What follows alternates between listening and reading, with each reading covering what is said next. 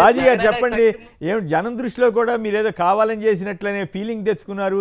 మోడీ గారి దేశం అంతా తిరగడం కోసం చేస్తే చేసుకోండి, కానీ ఆంధ్ర ప్రజలను కూడా ఎందుకు ఇబ్బంది పెడుతున్నారు ఈ రకంగా లేట్ చేసి? నమస్కారం కొమ్మినేని గారు, అదే విధంగా ప్యానల్ ఉన్నటువంటి పెద్దలకి మీకు కాల్ చేస్తున్నటువంటి మహానుభావులకు కూడా నమస్కారం తెలియజేస్తా ఉన్నాను. అంత వ్యంగ్యం అక్కర్లేదు. అంటే మీరు అడిగింది ఒకటి, వాళ్ళ ప్రేమ ఒకటి కదా. వాళ్ళ ప్రేమలు పాపం మీ పట్ల చూపించకపోతే కాలు మీరు ఎత్తరు, వాళ్ళు మాట్లాడరు కదా. అట్లాంటి మాటలు అన్యాయంగా మాట్లాడద్దు. అంటే మీరేమో ఎన్నికలు ఎందుకంటే ఆయన ఏమో మతత్వం అన్నాడు, కాంగ్రెస్ లో పాపం కుళ్ళు ఉన్నాడు, మీకు తీసుకొచ్చి పెట్టుకోండి.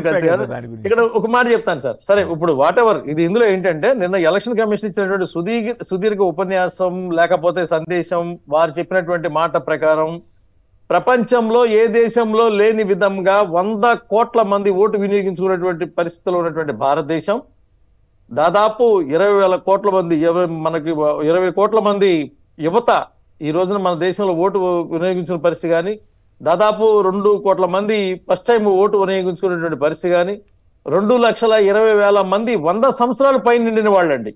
100 సంవత్సరాల పైన నిండిన వాళ్ళు 2,20,000 మంది ఓటేస్తున్నటువంటి పరిస్థితి కానీ, ఓటర్ వారి ఎలక్షన్ కమిషన్ గారు చెప్పినటువంటి ఒక సమాచారంలో ఒక ముఖ్యమైనటువంటి పాయింట్ నేను గమనించింది ఏంటంటే, గుజరాత్ లో గిరి ప్రాంతంలో ఉన్నటువంటి ఒక అడవిలో ఒక్క పూజారి ఉన్నాడు. ఒక్క పూజారి ఉంటే ఆ ఒక్క పూజారి కోసం కూడా తీసుకెళ్లి ఆయన కోసం పోలింగ్ బూత్ పెట్టి ఓటేయాలనేటువంటి దృఢ సంకల్పం ఉన్నటువంటి ఎలక్షన్ కమిషన్ ఇవాళ మనం విశ్వసించట్లేదంటే మనకు కొంచెం ఇబ్బంది. ఇక్కడ సాక్షాత్ ఈ రాష్ట్ర ముఖ్యమంత్రి 2 నెలల్లో నేను ప్రమాణం చేస్తానని చెప్పి అన్నారు. ఆయనకు ఓపిక ఉంది, కాకపోతే పాపం పురుషోత్తమ రెడ్డి గారు ఓపిక లేదు, అసహనం. పాపం ఆయన జగన్ గారు ఓపికందా లేదా అన్నది కాదు. కేంద్ర ప్రభుత్వం, కేంద్ర ఎన్నికల కమిషన్, ఇది కేంద్ర ప్రభుత్వం అద్భుతంగా డెవలప్ అయిపోయామని చెబుతున్న తరుణంలో కేంద్ర ఎన్నికల కమిషన్ ఇంత ఘోరంగా వైఫల్యం చెంది 3 నెలల పాటు ఎలక్షన్ నడపడం ఏంటండి? ఎంత ఎండల్లో జనాన్ని దాగొట్టడం ఏంటండి? ఏపీలో నెల రోజుల పాటు మార్చడం ఏంటండి? షెడ్యూల్ మార్చడం ఏంటండి? అది కొమ్మినేని గారు, ఈ ఎన్నికల్లో ప్రక్రియ ఉందండి. 80 ఏళ్లు నిండిన వాళ్ళు ఇంటి దగ్గరే ఉండి ఓటేసుకునేటువంటి ఒక ప్రక్రియ కూడా ఉంది. దాని మీద రభ జరుగుతూ ఉంది, మీకు తెలుసు ఆ విషయం. ఆ సబ్జెక్ట్ వచ్చినప్పుడు మీరు అది లేపుతారు ఎట్లాగో. కానీ ఇక్కడ ఏమంటామంటే, ఎండలకు ఇబ్బంది పడిపోతున్నారా అంటే, బాగా సుఖపడి ఉన్నాం, మనకి ఇప్పుడు ఎలక్షన్ వేయడానికి ఓటు కూడా అవకాశం లేదనేటువంటి పరిస్థితుల్లో మీకు ఉదాహరణ చెప్తానండి. మొన్న 2019 ఎన్నికల్లో విజయవాడ నగరంలో ఉన్నటువంటి సెంట్రల్ నియోజకవర్గంలో 2,50,000 ఓట్లు ఉంటే 1,50,000 మాత్రమే పోలైనాయండి. 1,00,000 మంది మహానుభావులు ఓటు వేయకూడదు అనుకున్నారు. ఈ దేశంతో మాకు సంబంధం లేదు, ఈ సమాజంతో మాకు సంబంధం లేదు అనుకున్నారు. అటువంటి మహానుభావులు చాలా మంది రావాల్సినటువంటి అవసరం ఉంది, అవేర్ చేయాల్సినటువంటి అవసరం కూడా ఉంది. ఓటు ఉపయోగించుకోవాల్సి రావడానికి జనం ఇబ్బంది పడతా ఉంటే వాళ్ళు ఎండలో ఇబ్బంది పడిపోతారేమో, వాళ్ళు కష్టపడిపోతారేమో అని చెప్పని మీ పెద్ద హృదయానికి నేను ధన్యవాదాలు చెప్పాలి. ఎందుకంటే మీరు తెలివిగా ఎక్కడెక్కడికో తీసుకెళ్తున్నారు, కానీ నేను అన్నది ఒక్కరోజు గురించి కాదు. ఈ 2 నెలల పాటు 3 నెలల పాటు ఈ రాజకీయ పార్టీలకి ఖర్చు పెరిగిపోయి కార్యకర్తలంతా తిరగలేక నానా పాటలు పడుతూ గవర్నమెంట్ యాక్టివిటీ ఇబ్బంది పడే పరిస్థితి. ఈ 2 నెలలు పాపం సంపాదించిన డబ్బులు ఖర్చు పెట్టాలంటే ఎన్ని కష్టాలు, ఎన్ని బాధలు, ఎంత ఖర్చు, ఎంత బాధ అనేది ఇప్పుడు అసలు బాధ మీరు బయట చెప్పినటువంటి రాజకీయ నాయకుల బాధ. ఇక్కడ రాజకీయాల్లో డబ్బులు ఖర్చు పెట్టకుండా ఉన్నవాడికి ఆ సమయంతో పని లేదు. ప్రజలకు కూడా ఆ ఒక్క రోజు ఉదయం నుంచి సాయంత్రం లోపల ఏదో సమయం, సహజంగా మన ఇళ్లలో ఓటేసే వాళ్ళు ఏం చేస్తారో తెలుసు కదా మీకు కొమ్మినేని గారు. పొద్దున్నే వెళ్ళి ఓటేసి వచ్చేద్దాం, మళ్ళీ ఎండ వస్తుందని చెప్పని 7 గంటలకి వెళ్ళిపోయి క్యూ కట్టి 12 ఓటు వేసేటువంటి ప్రక్రియ చేసుకుని ఇంటికి వస్తారండి.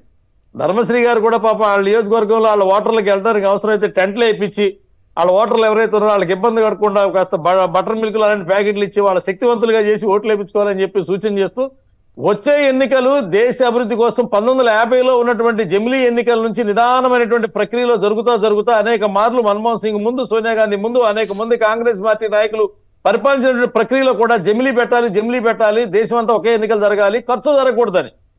ఖర్చు భిన్నమైనటువంటి, ఒకసారి మీకు గుర్తుందో లేదో కొమ్మినేని గారు, 5 ఓట్లు ఒకేసారి వేసాం మనం.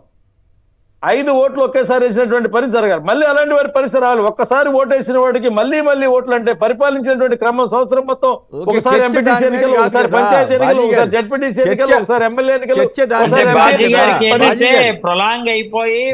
చర్చ దాని మీద కాదు కదా, జమిలీ ఎన్నికల మీద కాదు కదా చర్చ. గతసారి ఏప్రిల్ 11న ఎలక్షన్ జరిగింది. ఇప్పుడు ధర్మశ్రీ గారు చెప్పారు ఇంకో వారం తర్వాత 18, 19లో పెట్టి ఉండొచ్చు కదా. ఒక్క నిమిషం ధర్మశ్రీ గారు, మేము ఎలక్షన్ రెడీగా ఉన్నా అని చెప్పట్లేదు. ఓకే ఆ, ఓకే మీరు సిద్ధం అని అంటున్నారు. మీరు బాజీ ఎప్పుడొచ్చినప్పుడు గారికి సిద్ధం అని చెప్పాలి. మీరు మధ్యలో అడ్డం అంటే కష్టం. ఒక్క నిమిషం ధర్మశ్రీ గారు మేము కూడా ఒక్క నిమిషం, మళ్ళీ వేరే సబ్జెక్ట్కి వెళ్ళాలి మనం. ఒక్క నిమిషం, ఇప్పుడు నా ప్రశ్నల్లో ఒకే ఒక్కదానికి సంక్షిప్తంగా సమాధానం చెప్తే మనం ముగిద్దాం. ఇప్పుడు గతసారి ఏప్రిల్ 11న ఎన్నికలు జరిగినాయి ఆంధ్రప్రదేశ్లో. ఈసారి ఇంకో వారం లేట్ వేసుకున్నా ఏప్రిల్ 19 జరగవచ్చు కదా. 1వ దశ నుంచి 4వ దశకి ఎందుకు మార్చారు? తద్వారా నెల 2 రోజుల పాటు ఆంధ్రప్రదేశ్ ప్రజల్ని ఎందుకు కేంద్ర ఎన్నికల సంఘం హింసిస్తోంది? మీరు అది హింస అనుకుంటున్నారు, మేము విధానం అనుకుంటున్నాం. మీ విధానంలో మా విధానంలో ఉన్నటువంటి ఆలోచన విధానంలో ఉన్నటువంటి తేడా అది. ఎన్నికలు జరగాల్సినటువంటి ప్రక్రియ ప్రకారం మొన్నదే ఏదైతే సహాయ ఎన్నికల కమిషనర్లు ఇద్దరు ఒక అతను వెళ్ళిపోయినటువంటి తర్వాత మళ్ళీ ఏర్పాటు చేసుకున్నటువంటి పని జరగక వారు ఒక ఆరోపణ చేశారు. కమిషనర్ వీళ్ళే వేసుకుంటారు, సహ కమిషనర్ వీళ్ళే వేసుకుంటారు, ఎలక్షన్ వీళ్ళే చేసుకుంటారు, ఓటు కూడా వీళ్ళే వేసుకుంటారు, ఇక మొత్తం సీట్లో కూడా వీళ్ళే కూర్చుంటారని చెప్పి ఇటువంటి అభియోగాలు ఏంటంటే సార్, గోబెల్ ప్రచారాలు చేయడానికి మేధావి రూపంలో కూర్చున్నటువంటి పెద్ద మనుషులు ఏవైతే ఉన్నాయో సమాజంలో ఒక విచ్ఛిన్నకరమైనటువంటి చెడుని ప్రవేశపెట్టడం కోసం చేసేటువంటి మాటలండి. అంటే దేశంలో ఉన్నటువంటి భారతదేశ ఎన్నికల వ్యవస్థకు ఉన్నటువంటి గౌరవం ప్రపంచంలో ఉన్నటువంటి దానికి పెద్ద లెక్కలేదు కాదు, మాకు విశ్వాసం లేదు. దానికి అసలు ఓటింగ్ సిస్టమ్ మార్చాలి. టిఎన్ శాసనం లాంటి వాళ్ళు గొప్ప గొప్ప వాళ్ళు చేసిన వాళ్ళు అందరూ పనికిరాని వాళ్ళు. ఇప్పుడు మేము చెప్తేనే గొప్పవాళ్ళం, మేము ఈ విధానంలో జరగాలనేటువంటి ఆలోచన చేయడం అనేది దారుణమైనటువంటి సంఘటన. దానికి ఏమంటాం అంటే దీనికి మేధో సంపత్తి కాదు కావాల్సింది, ఏది పడితే అది మాట్లాడడానికి కావాల్సినటువంటి విధానాన్ని అటెండ్ తీసుకొని మాట్లాడొచ్చండి. ఎన్నికల విధానం పరిపూర్ణమైనటువంటి పద్ధతిలో ఈ దేశాన్ని పరిపూర్ణమైన నిర్మాణం చేసేటువంటి క్రమంలో ఎన్నికల వ్యవస్థని ఒక పటిష్టమైనటువంటి పద్ధతిలో జరగడం కోసం ఒక ఏర్పాటు చేసుకుంటుంది.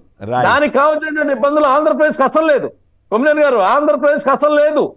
కానీ గతం జరిగినటువంటి సందర్భానికే జరగాలి, ఆ టైంకి కొబ్బరికాయ కొట్టాలి, ఆ టైంకి మా ఓటర్లు ఎగుతాడు, అప్పుడైతేనే ఓటేస్తాడు అనేటువంటి విధానం ఏదైతే ఉందో ఇది సెంట్రల్ ఎన్నికల కమిషన్ దృష్టికి తీసుకెళ్లాల్సిన అవసరం ఉంది. తీసుకెళ్లి ఉంటే బాగుంటుంది అని నా సూచన. మీ పార్టీ ఓకే, తెలివిగా అవకాశం చెప్పి సరిపుచ్చుకున్నారు బాజీ గారు. మళ్ళీ సాయిరామ్ గారు విజయవాడ. సాయిరామ్ అంటే మీకు బాగా ఇష్టం, మాకు మళ్ళీ మీకు కూడా ఆవంటే చాలా ఇష్టం.